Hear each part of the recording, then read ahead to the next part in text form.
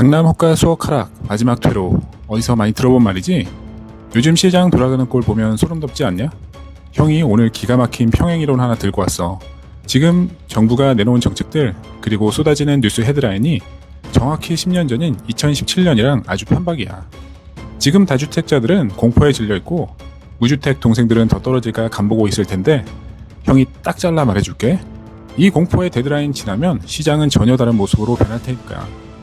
코스피 6천 돌파에 이란 전쟁으로 변동성이 급격히 커진 대한민국 경제에서 내 집 마련을 앞둔 동생들한테 지금 어떤 걸 해야 할지 한 방에 정리해 줄 테니까 끝까지 집중해라. 부동산은 좀 아는 형이야. 자, 화면 한번 봐봐. 2017년 문재인 정부 초기 지지율 80%일 때 파리 대책 나왔던 거 기억나? 그때 했던 말이 뭔지 알아? 내년 4월까지 집 할 기회를 주겠다 이거였지. 근데 지금 정부 뭐라고 해? 5월 9일까지 마지막 퇴로를 주겠다고 하잖아. 심지어 뉴스 헤드라인도 똑같아. 서울 아파트 매수세 꺾였다. 강남 급매물 속출한다. 날짜만 바꾸면 10년 전 기사인지 오늘 기사인지 구분도 안 갈 정도야. 이건 우연이 아니야. 정책이 똑같으니까 시장 반응도 똑같이 나오는 거지. 하지만 우리가 꼭 기억해야 될 사실. 그 당시 4월 데드라인 지나고 나서 어떤 일이 벌어졌지? 매물이 싹 잠기면서 불장이 시작됐잖아. 이번에도 그럴 확률? 형이 보기엔 아주 높아. 그럼 이번 정부는 왜 이렇게 다주택자를 압박할까? 단순히 집값 때문일까? 아니, 이번 정부의 진짜 승부수는 바로 머니무브야. 대통령의 SNS를 잘 봐봐. 부동산이랑 상관없어 보이는 만년 저평가 주식시장 정상화 이야기가 계속 나오지? 정부는 가계자산의 80%가 부동산에 묶여있는 이 구조를 깨고 싶어해. 코스피 5천 시대를 열었으니까 그 돈이 다시 부동산으로 돌아가서 거품 만드는 걸 철저히 막겠다는 거지. 즉, 다주택자들의 유동성을 강제로 회수해서 증시의 안정판으로 쓰겠다는 의지야. 사실 이 정부에서 머니무브를 얘기하는 이유는 역설적이게도 공급이 부족하기 때문이기도 해. 97 대책으로 공급하겠다고 했지만 시장에서는 오히려 역효과만 났던 거 기억나니? 일부 핵심지만 불타던 시장이 분당, 판교 등으로 번져갔던 거 다들 알고 있지? 최근 강남 용산 집값이 떨어졌다는 기사는 주식시장 급등과 양도세 중과 유예 시한을 앞둔 일시적인 현상일 가능성이 커. 우리가 주목해야 될 날짜는 5월 9일이야. 이 날짜가 지나면 지난 정부에서 매물잠김 없앤다고 실시했던 다주택자 양도세 중과 유예 혜택이 사라져. 지난 10, 15 대책 전부터 토어제 지역이었던 강남 3구와 용산, 이 지역은 5월 9일까지 계약하고 4개월 이내에 잔금을 치러야 해.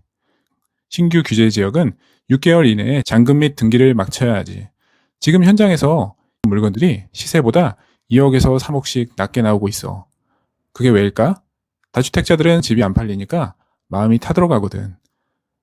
지금 이 심약자 물건들을 잘 잡아야 돼. 5월 9일 이후에도 이 매물이 남아있을 가능성?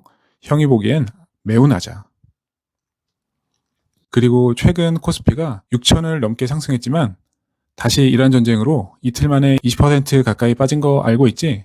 상승할 때는 집 팔고 주식 산다는 말이 있었지만 이틀 만에 20%를 잃어버릴 수 있는 변동성이 큰 시장에 큰 자산을 맡길 사람은 많지 않아 보여.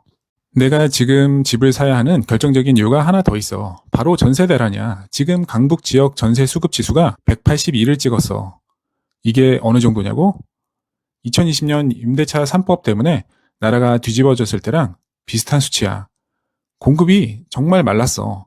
이전 정부부터 현 정부까지 공급 대책이 미흡해서 앞으로 몇 년간 새 아파트는 가뭄 수준이야. 전세가는 폭등하는데 집은 안 나온다? 그럼 결국 매매가를 밀어 올릴 수밖에 없어. 토어제로 실거주 안 하면 집을 살 수 없으니까 전세가가 매매가를 밀어 올리기 힘들다고 하는 사람들도 있는데 난 아니라고 봐. 전세가 없으면 매매를 해서 살 수밖에 없기 때문에 매매 수요를 자극하는 건 당연한 이치야. 마지막으로 정리해줄게. 10년 전에도 정부는 다주택자 잡겠다고 호언장담했지만 결과는 폭등이었어. 이번에도 역사는 반복될 조짐이 보이고 있어. 5월 9일 데드라인 지나면 매물은 사라지고 남은 건 폭등한 전세가와 서울 집중 현상뿐일 거야. 물론 무조건 사라는 얘기는 아니야. 주의할 점도 있어. 실거주 의무 2년 못 지키면 취득가액의 10%를 벌금으로 내야 해. 그리고 최근에 대출도 규제가 많이 막히면서 대출 한도도 꼼꼼히 체크하는 건 기본이야. 자금 여유 있는 무주택자라면 다주택자들이 공포에 질려 내놓는 급매물을 낚아채는 용기가 필요해. 4월 중순 토어제 신청 기간 전까지가 피크야. 지금 바로 움직여야 돼. 오늘 영상이 자산 지키는 데 도움이 됐길 바래. 구독과 좋아요는 형한테 큰 힘이 되는 거 알지? 지금까지 부동산 좀 아는 형이었어.